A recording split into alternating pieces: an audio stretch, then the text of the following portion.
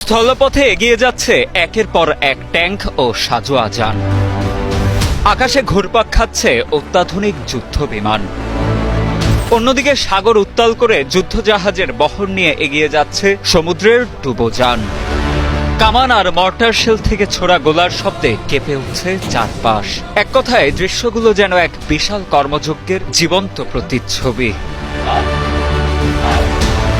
ভিয়েতনামের রাজধানী হ্যানয়ে এমনই একটি বিশাল সামরিক কর্মযজ্ঞের সাক্ষী হল দেশটির জনগণ। স্বাধীনতার ৮০তম বার্ষিকী উপলক্ষে ২রা সেপ্টেম্বর ইতিহাসের বৃহত্তম সামরিক কুচকাওয়াজের আয়োজন করে ভিয়েতনাম, যেখানে অংশ নেন দেশটির প্রায় ৪০,০০০ সামরিক সদস্য।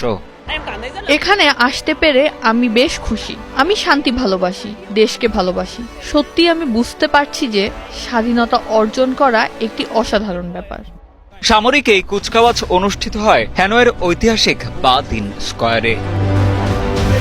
১৯৪৫ সালের এই দিনেই বিপ্লবী নেতা হো চি মিন ফরাসি ঔপনিবেশিক শাসন থেকে ভিয়েতনামের স্বাধীনতার ঘোষণা দিয়েছিলেন। সেই ঐতিহাসিক মুহূর্তকে স্মরণ করে ভিয়েতনাম তার সামরিক শক্তি প্রদর্শন করল।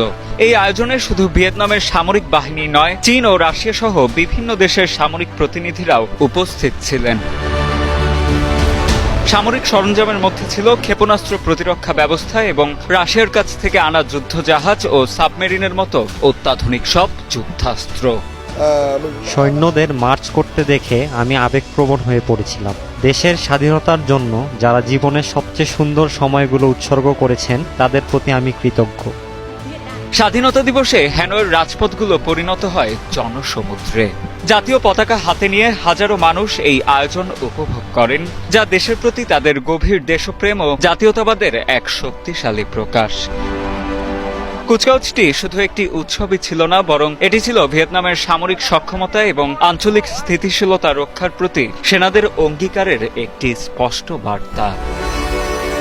ভিয়েতনামের এমন সামরিক সক্ষমতা বৃদ্ধির পেছনে রয়েছে বেশ কিছু কৌশলগত কারণ। দক্ষিণ চীন সাগরে চীনের সঙ্গে চলমান আঞ্চলিক বিরোধ এখনো পর্যন্ত দেশটির সামনে সবচেয়ে বড় সামরিক হুমকি হিসেবে বিবেচিত।